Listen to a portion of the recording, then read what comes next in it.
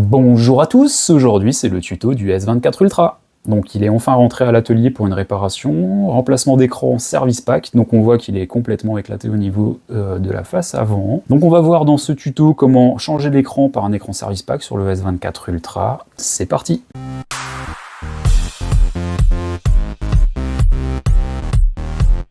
Ok, alors donc dans un premier temps, on a chauffé l'appareil, bien entendu, donc sèche-cheveux ou tapis chauffant. Donc là on place l'appareil dans un tool qui nous permet d'ouvrir proprement le back cover.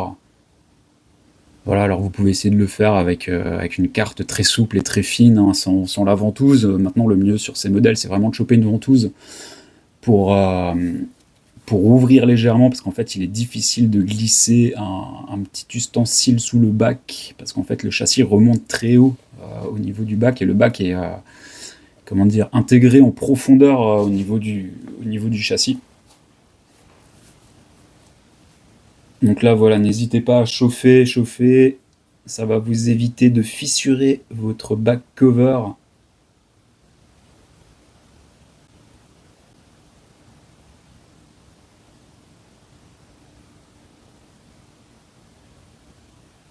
Voilà, donc là c'est un peu la partie délicate, c'est là où il n'y a pas beaucoup de matériaux au niveau du bac, au niveau des appareils photo, c'est percé, les petits hublots, donc forcément structure beaucoup plus fragile, donc allez-y tranquillement.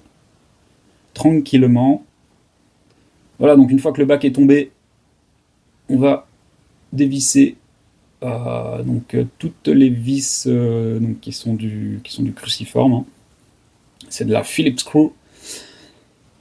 Comme d'habitude chez Samsung, donc là il y a une petite particularité au niveau des appareils photo, vous verrez il y a une vis qui est noire, et selon moi c'est une vis qui est démagnétisée, donc voilà, n'inversez pas de position, la vis noire, gardez bien sa position.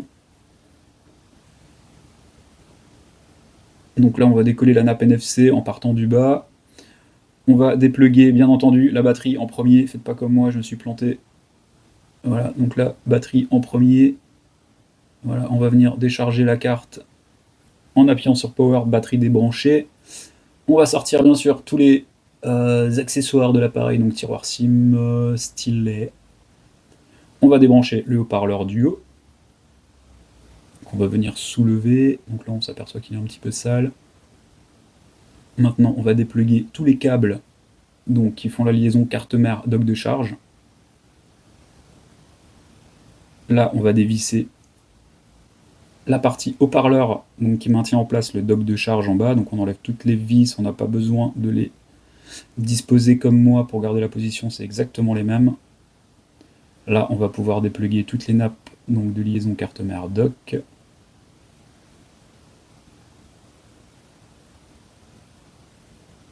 Voilà donc la fameuse petite vis noire. Donc j'ai gardé les deux en position, même la grise du dessous je pense qu'elle est aussi démagnétisée. Donc dans le doute, j'ai gardé la position. Donc là on a la carte mère donc, de ce S24 Ultra donc, qui est massive, qui est vraiment massive, qui est relativement lourde. On voit que c'est un monstre de guerre.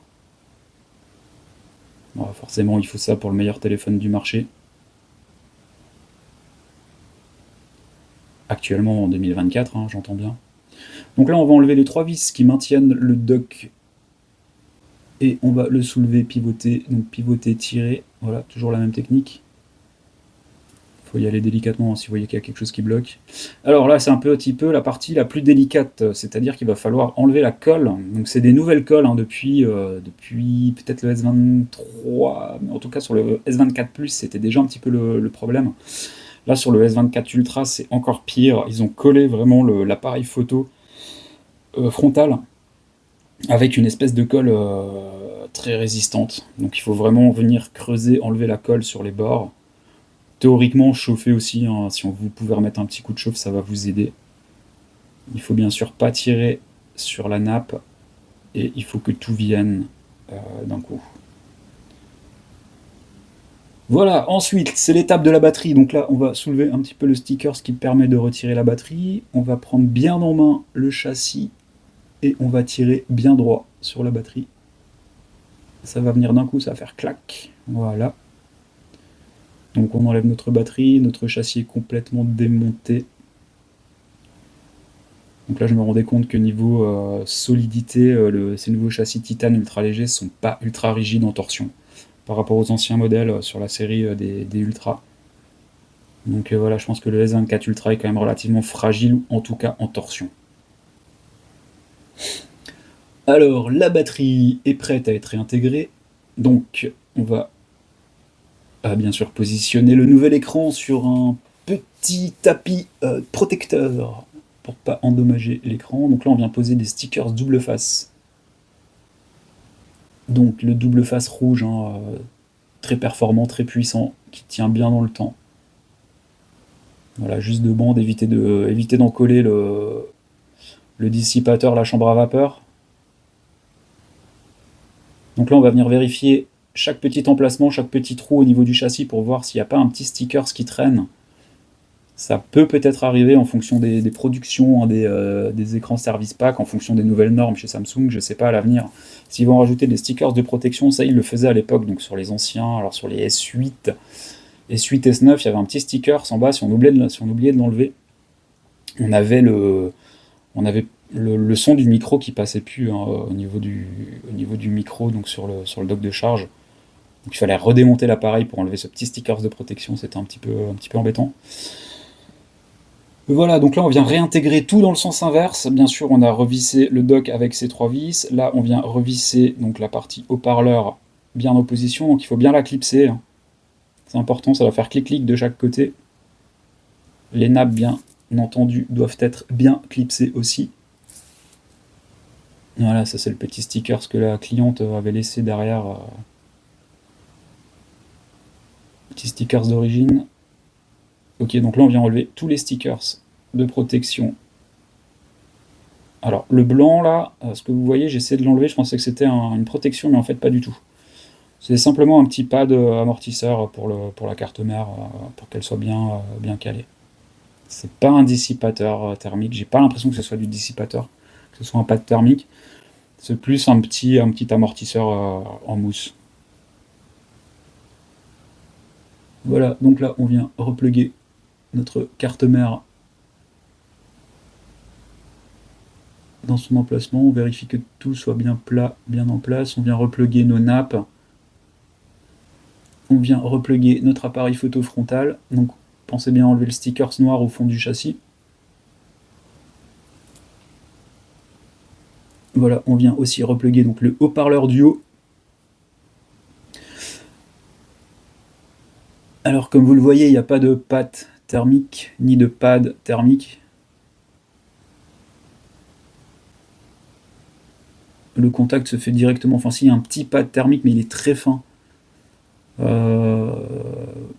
Voilà, donc rien à signaler là-dessus. Là, on vient repluguer donc notre nappe NFC charge à induction, qu'il faut bien repluguer en haut. Donc il y a une petite nappe, n'oubliez pas de repluguer cette petite nappe. Et là, on vient remettre nos vis donc, dans le bon ordre pour la partie gauche, avec la vis noire, donc forcément démagnétisée, à vérifier, mais je pense.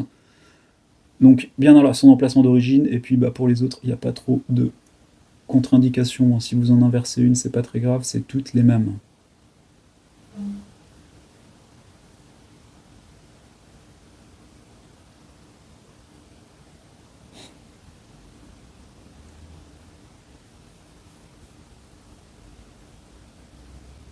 Voilà, comme d'habitude, serrez pas trop fort, mais serrez quand même ce qu'il faut. Là, on va venir réintégrer donc le stylet et le tiroir SIM, qui sont forcément pas de la même couleur, parce qu'en fait, c'est la couleur d'écran d'origine de la cliente n'était pas vendue en fait en service pack. Ça devait être une édition spéciale. Du coup, là, on est reparti sur du gris titane avec l'arrière blanc. Du coup, ça lui va plutôt bien. Donc là, on fait le test du tactile. On s'assure que tout est bien en place.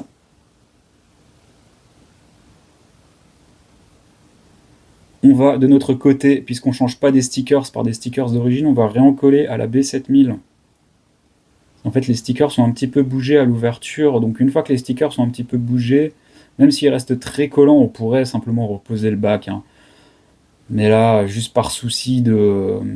Alors, je vais pas dire d'étanchéité, parce que le téléphone n'est plus garanti contre l'étanchéité, dans le sens où il a été ouvert.